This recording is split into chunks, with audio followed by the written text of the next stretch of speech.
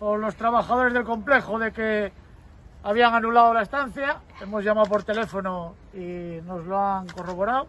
Hemos tenido que llamar nosotros. Que sepáis que hemos ido con los medios de comunicación para que ellos mismos pudieran ver que no había nadie en la parte de arriba y que no tenían ningún problema para poder entrar. La Policía Nacional también dio fe que es así. Deciros que mañana vamos a convocar, vamos a ir al comité de empresa y todos los que queráis apoyarnos al Parlamento de Galicia.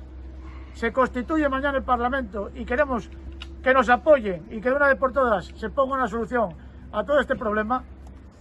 Tenemos incluso soluciones de otro tipo, como ya hay algún alcalde que pone el dinero para solucionarlo, a ver si se puede, y los políticos a nivel tanto autonómico como nacional toman ejemplo y empiezan a mojarse.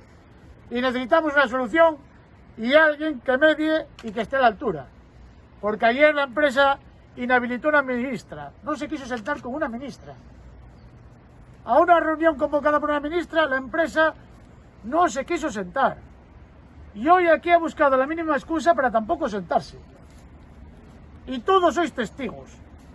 El otro día se levantó de una mesa con una propuesta puesta encima de la mesa y dejando con la palabra a algún representante de los trabajadores. Es una falta de respeto increíble la que están teniendo, tanto con los trabajadores, con su representación y sobre todo con las administraciones públicas. Son las que tienen que poner en su sitio a esta empresa. Aquí alguien tendrá que hacer de observador internacional o de lo que les dé la gana, pero alguien tendrá que venir aquí y poner a estos señores en su sitio. Y está claro que ahora mismo tenemos un problema muy gordo, porque si una ministra no les vale, ¿quién va a ser?